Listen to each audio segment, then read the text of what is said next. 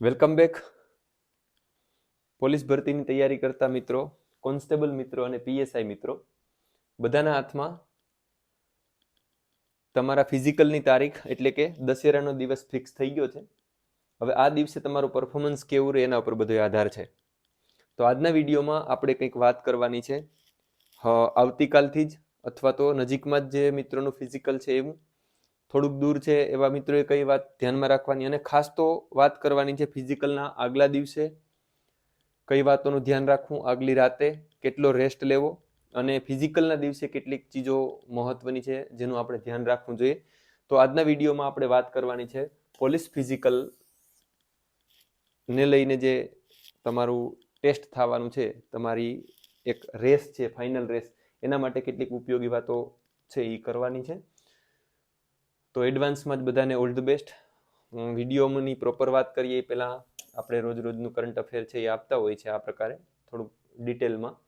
તો તમે તૈયારી કરતા હોય લેખિતની, કેમ કે એટલું ફિઝિકલથી તો કંઈ થવાનું નથી, તો તમે ડિસ્ક્રિપ્શનમાં આપેલ વોટ્સએપ ગ્રુપ અને ટેલિગ્રામ ગ્રુપમાં જોઈન થઈ અને આ કરંટ અફેરને મેળવી શકો. પહેલો મુદ્દો, ફિઝિકલ માટે પેનિક થવાની જરૂર નથી. મહત્વની બહુ જ વાત છે. માની લો કે તમારો કોલ લેટર આવી ગયો અને તમારે આવતીકાલે જ ટેસ્ટ છે, તમારું ફિઝિકલ ટેસ્ટ છે, તારીખ છે, અથવા તો 10 દિવસ પછી છે, અને હવે તમારું ફિઝિકલ છે એ તમે ઈચ્છો એ ક્રાઇટેરિયા મુજબ પહોંચ્યા નથી, અથવા બેનો 9.5 નીચે નથી આવ્યા, અથવા ભાઈઓ છે એ 25 થી નીચે નથી આવ્યા, આવા મિત્રોએ પણ પેનિક થવાની જરૂર નથી. કેમ કે પેનિક થવા અથવા તો ચિંતા કરવાથી કોઈ પ્રકારના લાભ થતા નથી. એ અલગ વાત છે કે હું કહું છું એ શબ્દો છે ને તમે વાસ્તવિક સ્થિતિમાં છો, તો આ વાતને માઇન્ડમાં ઊંડાણમાં લઈ જવી થોડીક અઘરી પણ પડે. બટ પેનિક થવાના કોઈ ફાયદા નથી. એટલે તમે જે કંઈ પણ ડેટ આવી છે એ ડેટને એકદમ સરસ મને સ્વીકારી અને તમારી જે કંઈ પણ પ્રેક્ટિસ કરેલ છે એના પર ભરોસો રાખીને તમે ગ્રાઉન્ડમાં ઉતરશો, તો ભાઈઓ તમે 27 મિનિટમાં કરતા હોય, અથવા તો 26 મિનિટમાં કરતા હોય, અથવા તો 25-30માં કરતા હોય, ઇવન 30 મિનિટમાં કરતા હોય, પણ તમારે આગળ હવે એક જ રસ્તો છે કે તમારે તમારી જે કંઈ પણ કરેલી પ્રેક્ટિસ છે એના ઉપર ભરોસો રાખી અને તે દિવસ તમારે તમારું શ્રેષ્ઠ પરફોર્મન્સ આપવાનું છે, અને જે પરિણામ મળે એને તમારે દિલથી સ્વીકારવાનું છે. તો પેનિકમાં જવાનો કોઈ અર્થ નથી. તમે પ્રેક્ટિસ કરી, તમે જે કંઈ પણ મહેનત કરી એને તમારે સારી રીતે માન આપવાનું છે. તો હવે કેટલાક લોકો તો પ્રેક્ટિસ કર્યા વગરના એમને જ જવાના છે. તો જે મિત્રોએ પ્રેક્ટિસ કરી છે એની પ્રેક્ટિસ સાથે એને પ્રેક્ટિસને ભરોસે એના પ્રેક્ટિસ ઉપર પૂરેપૂરો વિશ્વાસ રાખી અને ગ્રાઉન્ડમાં જવાનું છે. ચિંતાનો કોઈ વિષય નથી. તો પેનિક થવાની કોઈ જરૂર નથી. ગ્રાઉન્ડમાં ઉતરી અને સરસ પ્રેક્ટિસ કરવાની. મારી સલાહ વારંવાર અગેન એન્ડ અગેન કે જો તમે પ્રેક્ટિસ નથી કરી, ભાઈઓને બધાને રિક્વેસ્ટ છે કે પ્રેક્ટિસ નથી કરી તો તમારે ફિઝિકલમાં ન જવું જોઈએ. જો તમે ફિઝિકલમાં જાઓ છતાં પણ તમે ફિઝિકલમાં જાઓ છો તો ધ્યાન રાખજો કે એટલું કંઈ ઓવર ખેંચવાનું ન થાય કે હૃદયભાઈ બંધ પડી જાય અને જીવનભાઈ અટકી પડે, અથવા તો બીજા ઘણા બધા લોકો હેરાન થાય. તો પ્રેક્ટિસ નથી કરી તો ફિઝિકલને તમારે અટેન્ડ ન કરવું જોઈએ, એનો કોઈ અર્થ રહેતો નથી. હા, એવો કોઈ 30 માર્ખા છે કે જે પ્રેક્ટિસ કર્યા વગર પણ ટાઈમિંગની અંદર પૂરું કરી દે છે, તો ધન્ય છે, જાજો. અધરવાઇઝ સિરિયસ જીવનથી ઉપર કંઈ હોતું નથી. તો જીવનને સાચવવાની વાત છે. પ્રેક્ટિસ વગર મારી દ્રષ્ટિએ જવું જોઈએ નહીં. હવે પૂરું ન થતું હોય તો ઓવર પ્રેક્ટિસ સીધી ન કરવી. બહુ જ મહત્વની વાતો છે આ. ઉદાહરણ તરીકે કોઈને પોતાની ફિઝિકલ કોલ લેટર કાઢ્યા પછી 15 દિવસ છે, કોઈને 20 દિવસ છે, કોઈને 5 દિવસ છે, કોઈને 12 દિવસ છે. મને પણ હમણાં કોલ આવે જ છે કે સર હવે 8 દિવસ રહ્યા હું શું કરું, 10 દિવસ રહ્યા હવે શું કરું એમ. તો 8 દિવસ કે 10 દિવસ રહ્યા હોય તો કેટલાક ધ્યાન રાખી શકાય, પ્રેક્ટિસમાં ફેર ન કરી શકાય. તો તમારે ધ્યાન રાખવાનું છે કે તારીખ આવી ગઈ છે નજીક જ, હવે તમારાથી ફિઝિકલ પૂરું થતું નથી, તો થોડાક દિવસોમાં પ્રેક્ટિસમાં મેજર ફેરફાર નહીં કરવાના. જો તમે ઓવર પ્રેક્ટિસમાં જાઓ, વધારે પ્રેક્ટિસ કરશો અથવા કંઈ વધારે છેડછાડ કરશો તો તમને નુકસાન જવાનું છે. એટલે ધ્યાન રાખવાનું છે કે તમારી ડેટ નજીકમાં આવી ગઈ અને તમારે પૂરું નથી થતું તો 5-10-15 દિવસના ગાળામાં તમારે બહુ ફરક નહીં કરવાના, કેમ કે એનાથી બહુ મેજર ફેર નહીં પડે, પણ નુકસાન જવાની પોસિબિલિટીઝ છે. દાખલા તરીકે તમે 2 મહિનાથી સતત એક પ્રકારની પ્રેક્ટિસ કરો છો અને હવે 10 દિવસ માટે તમને કોઈ કહી દીધું કે રેપિટેશન કરી લે અને પગ છે એ થાકી ગયા, તો યાદ રાખજો કે પૂરું ન થતું હોય તો તમારે ઓવર પ્રેક્ટિસમાં નથી ઉતરવાનું પૂરું કરવા માટે.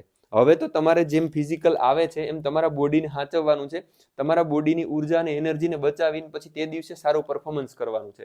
એટલે પૂરું ન થતું હોય તો પણ તમારે ઓવર પ્રેક્ટિસમાં ઉતરવાનું નથી. ઓવર પ્રેક્ટિસમાં ઉતરશો તો તમારે નુકસાન ભોગવવું પડશે.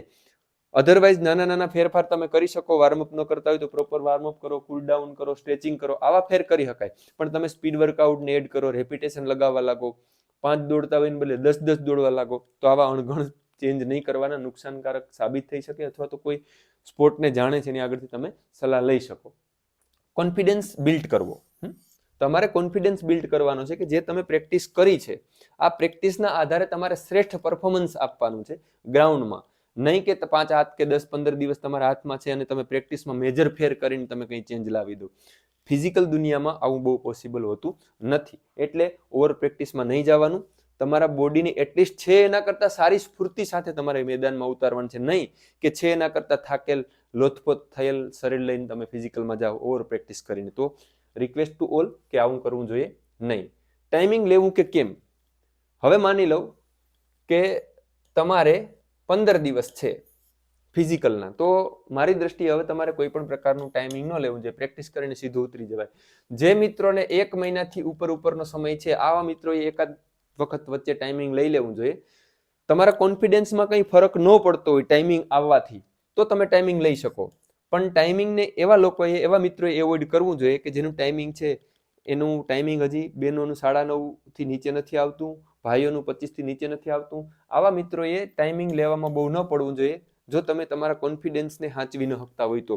અધરવાઇઝ 10 દિવસ પહેલા તમે ટાઈમિંગ લીધું, 25 થી ઉપર ગયા અને તમારું મન છે એ ડાઉન થઈ ગયું કે ઓહો હવે તો પૂરું નથી થતું, હવે શું થાય? તો રિક્વેસ્ટ છે કે ટાઈમિંગ લેવાની બહુ કંઈ જરૂર નથી. તમારી સારી એવી પ્રેક્ટિસ હોય તો 15-20 દિવસે તમે એક વખત પ્રેક્ટિસમાં ટાઈમિંગ લઈ લીધું તો પછી મેદાનમાં જ સીધા જઈ અને સારું પરફોર્મન્સ કરીને આવી જાઓ. એટલે ટાઈમિંગ લેવાની કોઈ જરૂર નથી. જો તમારી ડેટ નજીક જ આવી ગઈ હોય તો સરસ પ્રેક્ટિસ કરો, પ્રેક્ટિસમાં ધ્યાન આપો. ફિઝિકલમાં તમારી મહેનત છે એનું ફળ તમને મળી રહેશે. ફિઝિકલની તારીખ આવ્યા પછી બાકીના દિવસોનું આયોજન કરવું. હવે માની લઉં કે તમારી આગળ 20 દિવસથી ઉપર દિવસો છે, 25 દિવસ છે, અથવા તો કોઈને મહિનાથી ઉપર છે. અને ખાસ તો સ્પેશિયલી જો તમને ભાઈઓને 23 મિનિટથી નીચે ક્યાંક ટાઈમિંગ આવતું હોય અથવા તો 23 મિનિટ આવતું હોય, બહેનો છે એને 8 મિનિટ અથવા તો 8 થી નીચે આવતું હોય તો તમારે કંઈ ચેન્જ કરવાની જરૂર નથી. આગળના વિડીયોમાં મેં વાત કરી એમ તમે તમારી પ્રેક્ટિસ સાથે જઈ શકો, એમાં કંઈ ચેન્જ લાવવાની જરૂર નથી. પણ બહેનોમાં કોઈને 9:30 ની આસપાસ થાય છે, એનાથી વધારે થાય છે, 9 અને 9:30 ની વચ્ચે થાય છે. ભાઈઓને 25 થી થોડુંક ઉપર થાય છે, 25 થી વધારે ઉપર થાય છે, અથવા તો 24-25 ની વચ્ચે આવે છે. તો આવા મિત્રોએ જો 15-20 દિવસ કે મહિનો દિવસ કે એનાથી ઉપરનો સમયગાળો જે કંઈ પણ હોય એમાં બાકીના દિવસોનું આયોજન કરી લેવું જોઈએ કે જેથી કરીને તમારું ટાઈમિંગ ઘટે. મને 2-3 દિવસથી જે ફોન આવે છે એમાં મારો એક્સપિરિયન્સ કહે છે કે ઘણા બધા મિત્રોએ પ્રેક્ટિસ કરી છે ફિઝિકલની પણ આયોજન વગરની કરી છે. તો હજુ પણ સમય જેની આગળ છે એને આયોજન કરી લેવું જોઈએ. ક્યારે? કે જ્યારે તમારું ટાઈમિંગ એક જગ્યાએ આવીને અટકી ગયું છે. હવે તમારું ટાઈમિંગ 25 આવે છે, 25 થી નીચે નથી આવતું, છતાંય તમે એક જ પ્રકારની પ્રેક્ટિસ કરો છો તો સ્વાભાવિક વાત છે કે ટાઈમિંગ ઘટવાનું જ નથી. ટાઈમિંગ ઘટાડવા માટે તમે જે પ્રેક્ટિસ કરો છો મહિના દિવસથી, 20-25 દિવસથી કે 2 મહિનાથી, એમાં કંઈક ચેન્જ કરો તો જ ટાઈમિંગ ઘટવાનું છે. તો એમાં ડાયટનો ચેન્જ હોઈ શકે, ઘણી બધી ચીજ બદલાવી શકાય, પ્રેક્ટિસમાં ઘણો બધો ચેન્જ લાવી શકાય, એક્સરસાઇઝ, વોર્મઅપ, કુલ ડાઉન, આમાં ઘણા બધા ચેન્જ લાવી શકાય. તો તમે એક જગ્યાએ આવીને અટકી ગયા છો અને 25-30 દિવસ કે મહિના ઉપરનો સમય છે તો તમારે આયોજનબદ્ધ રીતે એક આયોજન કરી અને પછી મેથડ મુજબ પ્રેક્ટિસ કરવી જોઈએ તો તમને વધારે સારા પરિણામ મળી શકે. નેક્સ્ટ વાત કરીએ ફિઝિકલ પહેલા રેસ્ટ કેટલો લેવો. તો જે મિત્રોની સારી એવી પ્રેક્ટિસ છે, ભાઈઓમાં જેને 23 થી નીચે થઈ જાય છે, 23.5 જેવું થાય છે, બહેનોને 8 અથવા તો એના નજીક આજુબાજુમાં પૂરું થઈ જતું હોય છે, આવા બધા મિત્રોએ 48 કલાકનો રેસ્ટ લેવો જોઈએ. 48 કલાકના રેસ્ટમાં તમે ઇવનિંગના અથવા મોર્નિંગના કોઈ પણ એક સમયે વોર્મઅપ અને કુલ ડાઉન કરવું જોઈએ. અને જેની પ્રેક્ટિસ છે એને પ્રેક્ટિસથી સંતોષ નથી અથવા તો જેનું સારું ટાઈમિંગ નથી આવતું, આવા મિત્રોએ પ્રેક્ટિસ વધારે કરવાનો ઈરાદો હોય તો 24 કલાકનો આરામ લેવો જોઈએ, એક દિવસનો આરામ લેવો જોઈએ. અને તમે તમારા બોડીને વધારે ફ્રેશ કરવા માંગતા હોય, આરામ આપવાની જરૂર ફીલ થતું હોય એવા મિત્રોએ 48 કલાક એટલે કે 2 દિવસનો રેસ્ટ લેવો જોઈએ. અધરવાઇઝ 24 કલાકનો રેસ્ટ તો હેવતું છે. ફિઝિકલના આગલા દિવસે તો પ્રેક્ટિસ કરવાની જ નથી. કોઈ પણ અવસ્થામાં તમે છો તો તમારે એને રેસ્ટ આપવો પડે.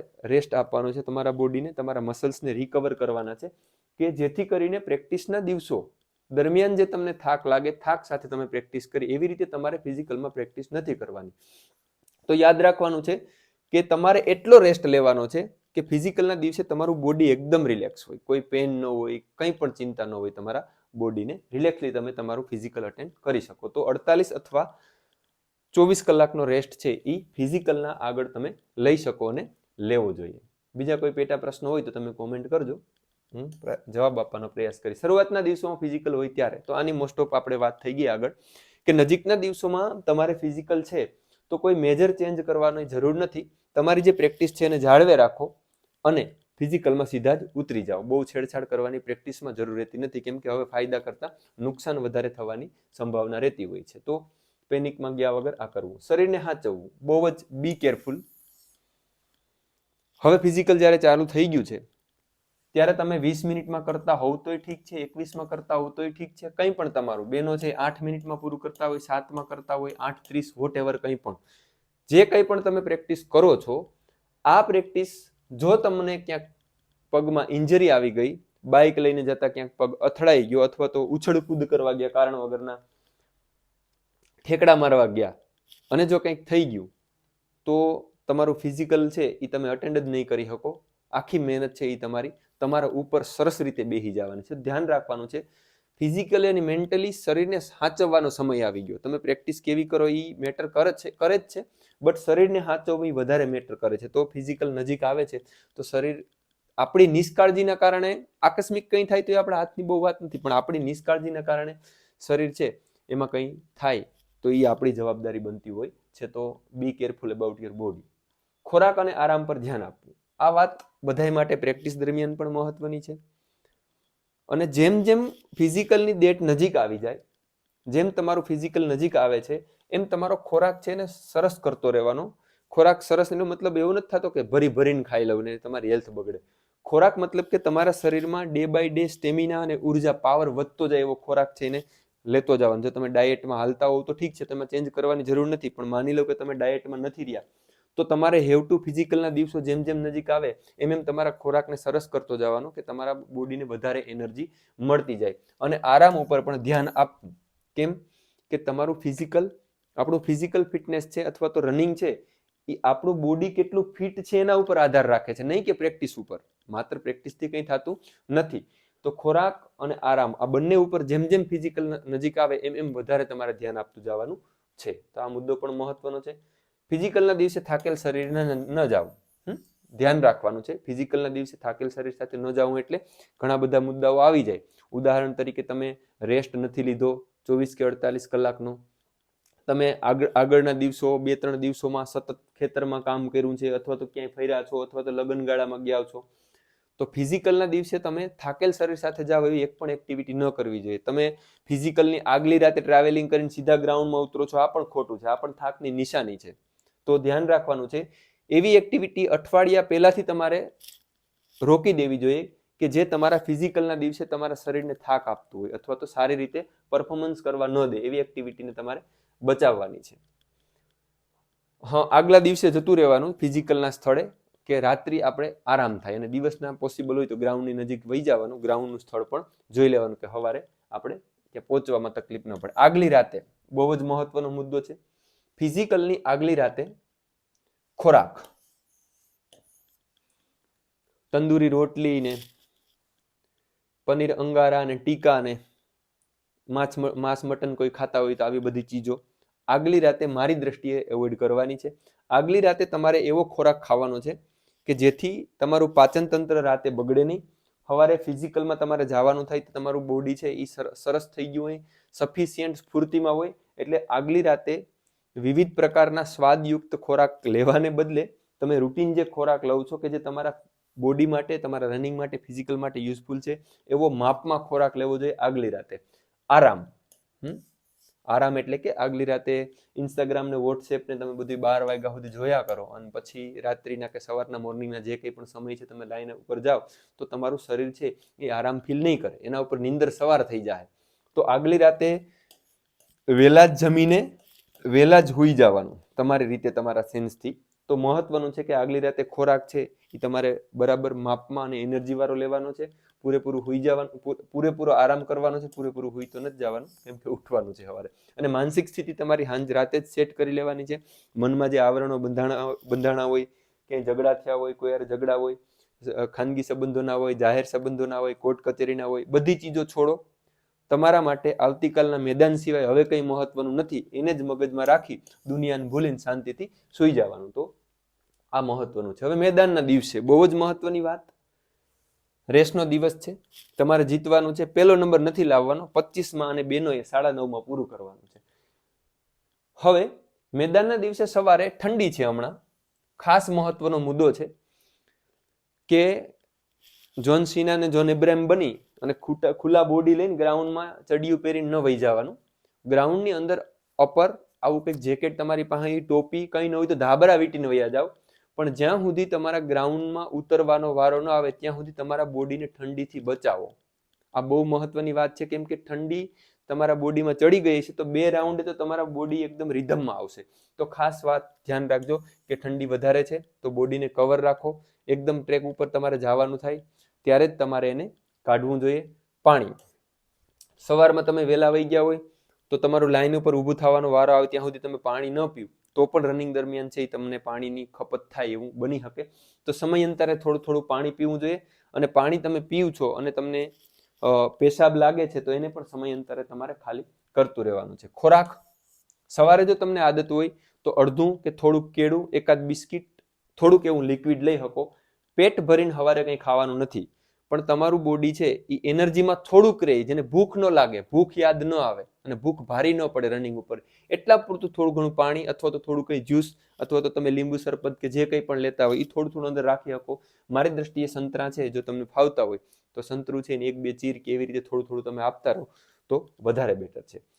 વાર્મઅપ રાખવાનું, ઉદાહરણ તરીકે તમને લાઈનમાં બેહાડી દીધા છે, તમારા પગને સીધા કરવા, શરીરને મુવમેન્ટ આપવી, પોસિબલ હોય તો સમયાંતરે પાણી પીવું, લેટ્રિન જઈ આવવું, આવું કંઈક કરી અને તમારા બોડીને તમારે થોડુંક ગરમ રાખવાનું છે. એવું નહીં કરવાનું, એવું ન થવું જોઈએ કે તમે 1-2 કલાક એક જ જગ્યાએ બેઠા રહો છો, તમારા શરીરને તમે હલનચલન ન કર્યું અને શરીરથી થોડુંક જકડાય, એટલે થોડુંક વાર્મ કરતું રહેવાનું. માનસિક સ્થિતિ, જેમ તમારું ફિઝિકલની લાઈનની નજીક તમે જાઓ છો એમ તમારે પ્રબળ બનવાનું છે, એમ તમારે તમારા મનને ઉત્સાહ આપવાનો છે. એકોર્ડિંગ ટુ યોર પ્રેક્ટિસ એને તમારે માન આપવાનું છે. તો get ready for the race. હવે છેલ્લી વાતો, ફોરેસ્ટના 4 રાઉન્ડ કેવી રીતે મારવા એ વિડીયોમાં મેં ઘણી બધી વાતો કરી દીધી છે. છતાં પણ અહીંયા મહત્વની વાતોને હું રિપીટ કરું છું કે હવે તમારે 5000 મીટરની રેસ તમારે ભાગવાની છે તો એમાં 12.5 રાઉન્ડ કરવાના છે. ક્યાંક 13 હશે, આવું કંઈક છે, મેં વધારે જોયું નથી. પણ ખાસ કે રાઉન્ડ મારતી વખતે તમારે હું ધ્યાનમાં રાખવાનું છે. તો વધુ ભીડમાં દોડવાનું છે તો તમને ખ્યાલ છે કે તમે એકલા રાજાની જેમ ટ્રેક ઉપર પ્રેક્ટિસ કરતા એવું છે નહીં. તો ભીડમાં દોડવાનું છે. હાઇડ્રેટ અથવા અશક્ત બોડી સાથે ન દોડવું, આના ઉપર આપણે વાત થઈ ગઈ છે. ખાસ ધ્યાન રાખવાનું છે કે કોઈને નુકસાન ન જાય તે જોવું.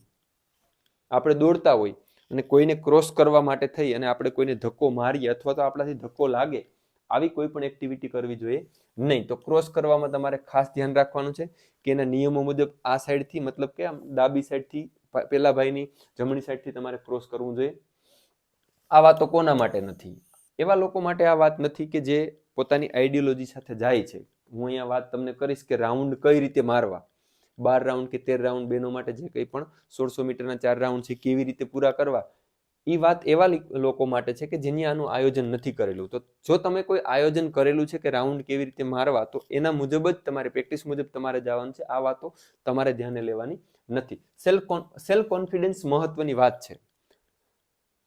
તમે પ્રેક્ટિસ કરતા ત્યારે તમારું ટાઈમિંગ સરસ આવતું, ખરાબ આવતું નહીં, એ વાત મહત્વની હવે ગ્રાઉન્ડમાં પગ મૂકી લીધા પછી છે જ નહીં.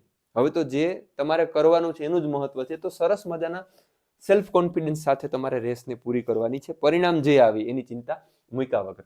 તો તમારી પ્રેક્ટિસ મુજબ ગ્રાઉન્ડમાં દોડવું. ગ્રાઉન્ડમાં કંઈ નવા તુક્કા નથી લગાડવાના. તમારી પ્રેક્ટિસમાં તમે 1:30ની પેસથી દોડતા હોય, 1:40ની પેસથી દોડતા હોય તો તમારે આ પેસને ધ્યાને રાખવાની છે. તો પ્રેક્ટિસમાં તમારા જે અનુભવો છે એ પ્રેક્ટિસ મુજબ દોડવાનું છે, નહીં કે તમે કંઈક નવા અખતરા કરવા જાઓ ગ્રાઉન્ડના દિવસે. તો બધી બાબતો છે એ પ્રેક્ટિસ મુજબ તમારે રાખવી જોઈએ. પ્રેક્ટિસ વખતે ગ્રાઉન્ડ કે રોડ ચિંતા કરવી નહીં, પ્રેક્ટિસ પર ભરોસો રાખવો. તમે પહેલી વખત ગ્રાઉન્ડમાં જાઓ છો, આવા સિન્થેટિક ટ્રેક જોયા નથી અથવા તો ત્યાં ગયા નથી અને સતત રોડ રનિંગ જ કર્યું છે, રાઉન્ડમાં દોડવાનો અવસર મળ્યો નથી, તો હવે એ ચિંતા કરવાનો વિષય નથી કે તમે રાઉન્ડમાં દોડ્યા કે રાઉન્ડમાં નથી દોડ્યા, સીધા દોડ્યા. તો કંઈ પણ નવી ચીજ, કહેવાનો મતલબ એવો છે, કંઈ પણ નવી ચીજ તમને ફિઝિકલના દિવસે દેખાય તો હવે એની ચિંતા કરવાની જરૂર નથી. હા, પ્રેક્ટિસ સમય મુજબ પ્રેક્ટિસ કરેલ કે કેમ? હવે પ્રેક્ટિસમાં સમય મુજબ તમે પ્રેક્ટિસ કરેલ છે કે કેમ, મતલબ કે તમે ટાઈમિંગ લીધા છે કે કેમ, તમે તમારી પેસને જાણી છે કે કેમ, તો જ તમારે આ ચીજોનો અમલ કરવાનો છે. પણ તમે રોજ ગ્રાઉન્ડમાં જઈને હળી કાઢી અને બસ ટાઈમિંગ આવી ગયું, વાત પૂરી, તો તમારે અહીંયા હળી જ કાઢવાની છે. પણ પ્રેક્ટિસ વખતે તમે રાઉન્ડની પેસ લીધી છે, તમને પેસ જોવાની આદત છે, પેસ જોઈને તમે પૂરું કરવાના બધા રસ્તાઓ જાણો છો, તો તમારે એ મુજબ પ્રેક્ટિસ કરવાની. બસ ગયા અને દોડ્યા આવ્યા તો કંઈ વાંધો નથી, તો ગ્રાઉન્ડમાં તમારે ગયા અને દોડ્યા આવ્યા જ કરવાનું છે. એવું નહીં કે તમે પ્રેક્ટિસ લમછમ કરી અને ફિઝિકલના દિવસે સ્માર્ટ થાવ કે વોચ મુજબ ને ટાઈમિંગ જોઈને ને પેસ મુજબ, તો ચિત્ર બગડી જાય. તો ખાસ ધ્યાન રાખવાનું છે કે પ્રેક્ટિસ સમય મુજબ કરી હોય તો જ તમારે અહીંયા સમય જોવાનું. શક્ય હોય તો પ્રેક્ટિસ હોય તો જ બધા રાઉન્ડ સરખા રાખવા. જો શક્ય હોય, પોસિબલ હોય તો બહેનોએ 4 રાઉન્ડ, ભાઈઓએ 12.5 કે 13, જે કંઈ પણ રાઉન્ડ હોય એ બધા રાઉન્ડની સરખી પેસને જાળવવાની. એક જ સરખી પેસથી તમે આખા રાઉન્ડ લગાવી શકતા હોય તો આનાથી કંઈ શ્રેષ્ઠ છે જ નહીં. તો આ સારી પ્રેક્ટિસ છે. પેસથી દોડવાનું રહે. ઉદાહરણ તરીકે તમને ખ્યાલ હોવો જોઈએ કે 2 મિનિટનો એક રાઉન્ડ એટલે 12 દુને 24 મિનિટ ઈ થઈ. તો 2 મિનિટથી નીચેની પેસ તમારે રાખવાની છે આ ફિઝિકલને પૂરું કરવા માટે. પણ 2 મિનિટ કે એનાથી નીચેની નજીકની પેસ રાખીને આપણે દોડીએ તો છેલ્લે સંઘર્ષનો સમય આવે એવું પણ બને. પણ આ બધી ચીજો તમને કીધું તમારી પ્રેક્ટિસમાં છે તો એ મુજબ જોઈને તમારે રાખવાનું છે. એટલીસ્ટ તમારે દોડવાનું છે તો શરૂઆતના સમયમાં જે તમે દોડો છો એવી ને એવી પેસ છે એ તમારે એટલીસ્ટ છેલ્લે સુધી જાળવવી તો પડશે. આ જોવાનું છે. બીજાની પેસની જાણ ન થાય એટલે વ્યક્તિગત દોડવું. હવે બીજો કોઈ વ્યક્તિ છે, એની પેસની આપણે ખબર નથી તો આપણે એને ફોલો નહીં કરીએ. આપણે આપણી પેસ મુજબ અને આપણી ગતિ મુજબ દોડવાનું છે. હવે બીજા કોઈ વ્યક્તિને કોઈ કિસ્સામાં ફોલો કરવા હોય તમારે તો કરી શકાય. દાખલા તરીકે પહેલો રાઉન્ડ ઘણા બધા મિત્રો છે, ઓછી પ્રેક્ટિસ હોય અથવા તો સીધા ઉતરી ગયા હોય ધબ કરતા રેસમાં, તો 1-2 રાઉન્ડ તો એવા મારે એમ લાગે કે વિશ્વ રેકોર્ડ આજે તૂટી જવાનો છે 5 કિલોમીટરનો, પણ એ ત્રીજા રાઉન્ડે તો ગ્રાઉન્ડમાં જ ન હોય. હવે આવા લોકોને તમે કેચ કરવા જાવ તો એ 1:30ની પેસથી દોડતો હોય ને આપણી પ્રેક્ટિસ 1:40ની હોય તો બે જ ગ્રાઉન્ડમાં આપણું આખું ચિત્ર બગડી જાય. તો ધ્યાન રાખવાનું છે કે સડન તરત જ કોઈને ફોલો નહીં કરવાના. તમારી માનસિક અવેરનેસ ફિઝિકલમાં બહુ મહત્વનું છે. જો તમારે કોઈનો લાભ લેવો છે તો કઈ રીતે લેવાનો? 4 કે 5 રાઉન્ડ તમે કોઈ વ્યક્તિને જો ટ્રેક કરો, 4-5 રાઉન્ડ પછી કોઈ સ્ટેબિલિટીથી તમારાથી થોડીક વધારે પેસથી દોડે છે એને જ તમારે ટ્રેક કરવાનું છે. એને કે જેને તમે કેચ કરી શકો આવા વ્યક્તિને જોવાનું છે. જે તમારાથી ઢીલું દોડે છે એને કેચ નથી કરવાનું, જે તમારાથી અતિશય વધારે દોડે છે એને પણ તમારે કેચ નથી કરવાનો. તમારી પેસની નજીક કોઈ દોડે છે ને એનો લાભ લઈ 4-5 રાઉન્ડ પછી કોઈને તમે કેચ કરીને દોડી શકો. આના પહેલા કોઈનો ભરોસો કરવાનો નહીં. કોઈ મિલ્ખા સિંહ થાય 4 મિનિટમાં અને ફૂંકણી થઈને બેહી જાય પછી આપણી પેસ બગાડી નાખે, આવું કરવાનું નથી. તો આગળ પણ વાત થઈ ગઈ કે પેસની જાણ ન હોય તો એક જ સ્પીડથી તમારે આખું ગ્રાઉન્ડ છે એ પૂરું કરવાનું છે. અંદરના રાઉન્ડનો ફાયદો, જો તમે દોડતા હશો તો તમારું 5 કિલોમીટર જેમ તમે અહીંયા નજીક દોડશો એમ તમારે ઓછું દોડવું પડે. અંદરનો રાઉન્ડ છે એ બરાબર 5 કિલોમીટર છે. હવે તમે જેટલા દૂર દોડશો ને એટલું તમારે વધારે દોડવું પડે, પણ બહુ ચિંતાનો વિષય નથી. ધ્યાન રાખવાનું છે કે અહીંયા એક ઝુંડ જાય છે 5-7 મિત્રોનું અને એ ઝુંડ આખા ઝુંડની ગતિ ધીમી છે તો તમે સમય નહીં બગાડતા આપણે થોડા ક્રોસમાંથી નીકળીને જતું રહેવાનું. એટલે આખું આમ વર્ટિકલી નથી દોડવાનું, પણ કોઈના કારણે આપણી પેસ ઘટતી હોય, સ્પીડ ઘટતી હોય તો એવું નથી કરવાનું. તો અંદરના ટ્રેકનો લાભ લેવામાં આપણે નુકસાન જાય એવી રીતે દોડવાનું નથી. તો અંદરના રાઉન્ડનો ફાયદો તો છે જ. એટલે જ્યાં તમને જગ્યા મળતી હોય તો તમારે મોટે ભાગે અંદરના રાઉન્ડની સાઈડ દોડવાનો પ્રયાસ કરવાનો અને નિયમો મુજબ તમારે આ સાઈડથી જ કોઈનું રનઅપ લેવું છે. કોઈ વ્યક્તિ એટલો દૂર દોડે છે અને અહીંયા જગ્યા છે તો જવામાં કંઈ વાંધો નથી. નિયમને પકડીને આપણે અહીંથી જઈએ પણ ધ્યાન રાખીએ કોઈને નુકસાન ન જાય, અથડાઈ નહીં, લાગે નહીં. આ વાત છે. શરૂઆતમાં 100% સ્પીડથી ન કરવી, એ તો તમે જાણો જ છો કે પહેલા જ તમે 100% સ્પીડ તમારી લગાડી દીધી, એનર્જી લગાડી દીધી તો પછી અંતે સ્ટ્રગલ કરવાના છે, સ્ટેમિના ખૂટવાની છે. તો યાદ રાખવાનું છે અંતિમ રાઉન્ડ કે 2 રાઉન્ડ સૌથી ફાસ્ટ હોવા જોઈએ.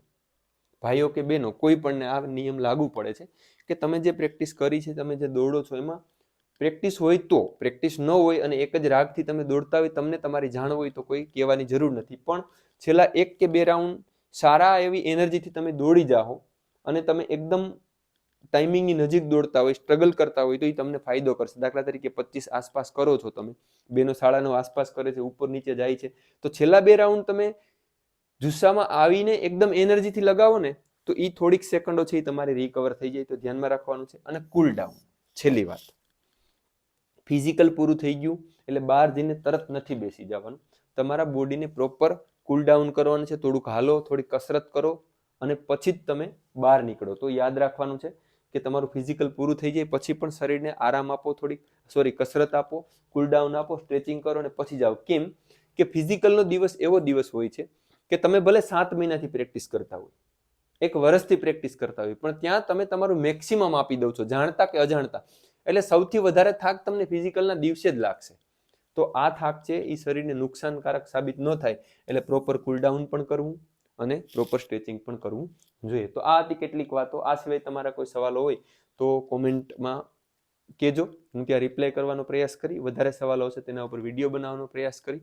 બસ હા, વધારે કંઈ આ વખતે વિડીયોઝ થ્રુ અમે આપી શક્યા નથી, બટ પ્રયાસ કર્યો જેટલું પણ હતું. Wish you all the best.